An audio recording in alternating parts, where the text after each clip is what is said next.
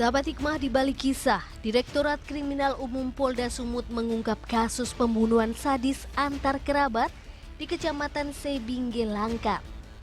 Polres Binjai meringkus ke-8 tersangka dari rumah dan tempat persembunyian. Darwin Sitepu tewas dibakar hidup-hidup oleh 8 orang kerabatnya setelah gagal diusir dari lahan tempatnya bekerja. Mereka merencanakan pembunuhan karena korban menolak. Korban dipukul menggunakan senapan angin. Lalu salah seorang tersangka menyiramkan bahan bakar dan menyalakan api. Saat korban berusaha memadamkan api, justru dilempari batu dan ditembak dengan senapan angin. Sementara 4 orang saksi rekan korban melarikan diri begitu melihat para tersangka membakar tubuh korban. Perselisihan telah terjadi sejak 2018, di mana pihak korban mengklaim hak penguasaan lahan berdasarkan SK Camat.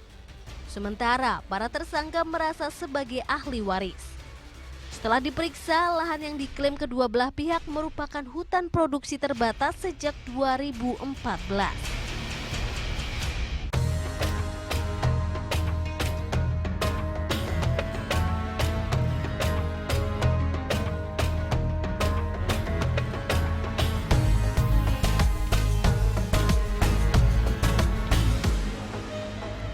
Assalamualaikum warahmatullahi wabarakatuh.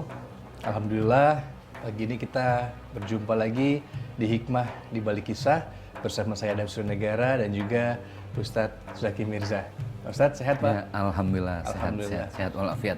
Iya, Pak Ustadz, jika kita melihat kasus yang ini Pak Ustadz, bagaimana sekelompok orang gitu ya bertikai memperebutkan sebuah lahan. Apakah memang hukuman apa nih Pak Ustadz bagi orang-orang yang memperebutkan lahan seperti ini? Baik, bismillahirrahmanirrahim. Allah ini menciptakan alam semesta tidak dengan sia-sia ya. Rabbana ma khalaqta hadza batila subhanaka faqina azabannar. Pasti ada manfaat, namun memberdayakan alam, menggunakan alam dan sumber dayanya juga harus dengan aturan. Nah, makanya jangan sampai nanti terjadi banyak musibah karena ulah manusia. Zuharul fasadu fil barri wal bahri, semakin tampak nih kerusakan fil barri wal bahri, baik di darat ataupun di lautan, bima kasabat aidin nas, karena memang atas ulah tangan manusia.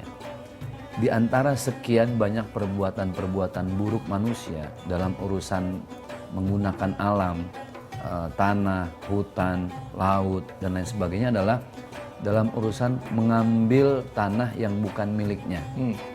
Maka sekarang ramai juga nih, ada satu bidang tanah tapi suratnya ada 2, ada 3, duplikat, nggak tahu mana yang asli.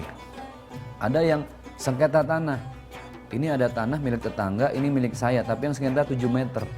Nah maka yang terbaik itu ketika segala perselisihan dimusyawarahkan, wasyawirhum fil amri. Karena ketika seseorang itu membeli tanah, kemudian dia dapat suratnya, sertifikat jelas, maka surat ini membuktikan bahwa tanah itu memang sudah menjadi haknya ketika sudah dibayar, sudah dibeli. Namun tiba-tiba ada kasus, loh ini suratnya duplikat, ada surat yang sama. Maka dalam hal ini yang perlu di cross check adalah di pendataan tentu ya, di lembaga tertentu, di badan tertentu, di instansi tertentu yang bergerak di bidang tanah. Islam mengajarkan kepada kita jangan sampai justru kita memiliki yang bukan hak kita dan itu bukan jadi tabungan akhirat, malah jadi azab di akhirat. Nah itu harus hati-hati. Nah ini kembali lagi, zaman orang dulu itu makanya kalau dia sebelum meninggal 1 minggu, 2 minggu dia udah ngerasa kok sehat udah makin turun gitu ya, badan makin gak enak. Apa yang mereka lakukan? Mereka langsung mendata aset. Ada berapa tanah, suratnya ini dan lain sebagainya. Dipanggil anak-anaknya, kamu jatahnya yang ini, kamu yang ini, kamu yang ini, balik nama semua.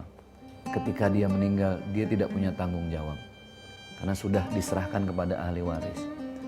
Yang repot itu ketika ada orang meninggal tapi justru meninggalkan perselisihan. Ya berebut warisan, berebut harta gitu kan. Karena tidak diatur sedemikian rapih karena Allah. Tapi dibiarkan saja, ntar juga saya meninggal, ya mau gimana? ini belum diurus, akhirnya satu saudara dengan yang lain saling berantem dan berebut. Ini satu edukasi sahabat hikmah, sebaik-baiknya meninggal kita adalah ketika kita tidak tersangkut urusan dunia, entah itu hutang ataupun harta. Apalagi ini urusan tanah. Makanya nggak heran berapa banyak kisah nyata, dan ini menjadi inspirasi sinetron-sinetron ya. Ada orang tukang ngambilin tanah orang, dia akal-akalin, diduplikasi suratnya. Ketika mau dikubur itu 1,75 meter kan kalau orang buat nguburin, ada yang 2 meter. Dari 2 meter itu jenazahnya belum masuk, tukang gali kuburnya sampai bingung. 2 meter tiba-tiba sempit lagi. Makin sempit, diluasin sempit lagi. Udah pusing tukang gali kubur, masukin aja udahlah gitu kan. Apapun yang terjadi. Kenapa? Lihat, tanah aja sudah tidak nerima ketika dia dizolimi. Tanah itu kan punya Allah, maka harus diatur dengan kejujuran. Mana yang hak, mana yang bukan. Makanya ini jadi inspirasi banyak sinetron saat itu ya. Ada yang kuburannya jadi becek, ada yang tiba-tiba jadi sempit. Karena memang itu berawal dari kisah nyata. Tanah ini kan jelas, khaliqus samawati wal ard. Allah itu yang menciptakan langit dan menciptakan bumi beserta isinya. Jadi kalau sudah urusan tanah ini hati-hati. Baginda Rasulullah SAW beliau bersabda, barang siapa yang mengambil tanah orang lain, lahan orang lain, dan jelas-jelas dia di pihak yang salah. Salah ya, dengan niat hanya memperkaya diri. Ini gue tahu nih tanah orang nih, wah hajarlah pokoknya gimana caranya sertifikatnya jadi punya gue gitu.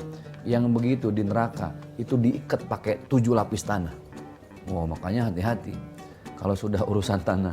Nah ini pelajaran buat kita, jangan sampai yang bukan hak kita ambil, mau diakal-akalin gimana pun, Allah Maha tahu. Oke Pak Ustadz, ini kan tanah merupakan ciptaan Allah gitu ya Subhanahu wa Ta'ala, di mana tanah ini juga harus kita jaga, harus kita hargai ya Pak Ustadz. Dengan gitu kita juga bisa menghargai diri sendiri Pak Ustadz. Nah, menghargai diri sendiri ini juga kita bisa lihat dari cara kita berpakaian nih Pak Ustadz.